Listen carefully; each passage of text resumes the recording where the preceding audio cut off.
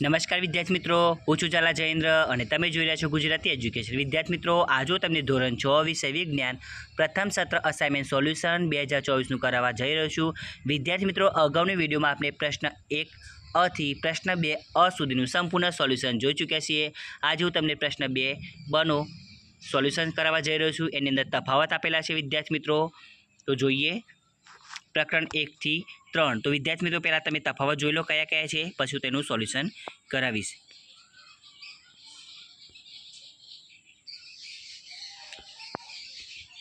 તો જોઈએ સોલ્યુશન.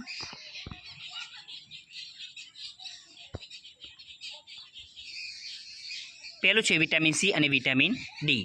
તે ખાટા ફળોમાંથી મળી રહે છે. વિટામિન ડી તે દૂધ, માખણ, ઈંડા, માછલીનું તેલ અને સૂર્યપ્રકાશમાંથી મળી રહે છે.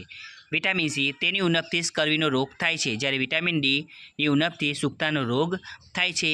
બીજો તફાવત વિટામિનો અને ખનિજ ક્ષારો. તો વિટામિનોમાં તે શરીરને રોગો સામે રક્ષણ આપે છે.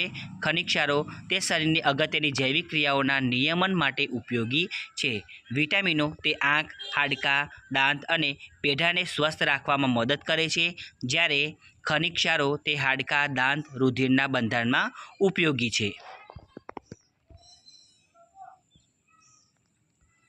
ત્રીજું છે પારદર્શક પદાર્થ અને અપારદર્શક પદાર્થ. તો પારદર્શક પદાર્થમાં તેમાંથી પ્રકાશ આરપાર સરળતાથી પસાર થાય છે, જ્યારે અપારદર્શક પદાર્થમાં તેમાંથી પ્રકાશ આરપાર પસાર થઈ શકતો નથી. પારદર્શક પદાર્થ કાચ અને પાણી પારદર્શક પદાર્થો છે.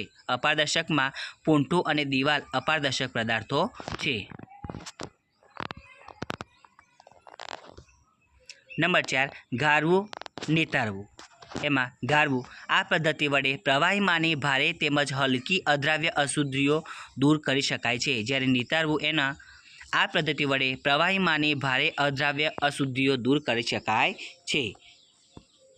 ગાળવું એની અંદર આ પદ્ધતિમાં સ્વચ્છ કાપડ, ગળણી, ગારણપત્ર કે ગારણપાત્રોના ઉપયોગથી અશુદ્ધિઓ દૂર કરી શકાય છે, જ્યારે નિતારવુંની અંદર આ પદ્ધતિમાં સ્થિર રહેવા દીધેલા પ્રવાહીને ઉપરથી નિતારી લઈ તેમાંની અશુદ્ધિઓ દૂર કરી શકાય છે.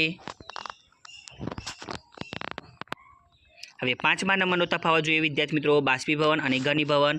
નંબર 1 પાણીનું વરાળમાં રૂપાંતર થવાની ક્રિયાને બાષ્પીભવન કહે છે, જ્યારે ઘનીભવન પાણીની વરાળનું તેના પ્રવાહી સ્વરૂપમાં રૂપાંતર થવાની ક્રિયાને ઘનીભવન કહે છે. જ્યારે બાષ્પીભવનમાં સમુદ્રના પાણીની વરાળ થઈ વાદળ બનવા માટે બાષ્પીભવન કારણરૂપ છે, જ્યારે ઘનીભવનમાં વાદળમાંથી વરસાદ પડે તે માટે ઘનીભવન કારણરૂપ છે. હવે પ્રકરણ 4 અને 5 એના તફાવત જોઈએ. તો પહેલું મૂળ અને પ્રકાંડ. તે સામાન્ય રીતે જમીનની અંદર વૃદ્ધિ પામે છે, જ્યારે પ્રકાંડ તે સામાન્ય રીતે જમીનની બહાર વૃદ્ધિ પામે છે. મૂળ તે જમીનમાંથી પાણી અને ખનિજ ક્ષારોનું શોષણ કરે છે. નંબર 2 જ્યારે પ્રકાંડ તે મૂળે ચૂસેલા પાણી અને ખનિજ ક્ષારોનું પર્ણ તરફ વહન કરાવે છે. છોડ અને ક્ષુપ. તેની ઊંચાઈ ક્ષુપ કરતાં ઓછી હોય છે, જ્યારે ક્ષુપ તેની ઊંચાઈ છોડ કરતાં વધુ અને વૃક્ષ કરતાં ઓછી હોય છે. છોડ તેનું પ્રકાંડ લીલું, કુમળું અને પાતળું હોય છે, જ્યારે ક્ષુપનું પ્રકાંડ છોડ કરતાં જાડું, મજબૂત અને વધારે શાખાઓવાળું હોય છે.